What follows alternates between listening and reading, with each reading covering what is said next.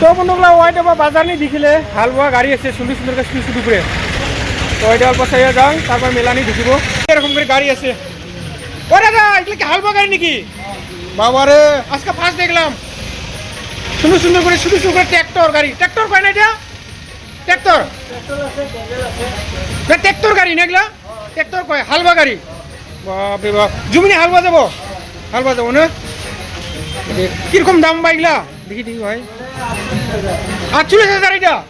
বাবার এটা বলে 48,000। আর এই যে এটা 70,000। আর এটার 52। এটা কি পেট্রোল না ডিজেল? এটাও পেট্রোল। ডিজেল কোনটা?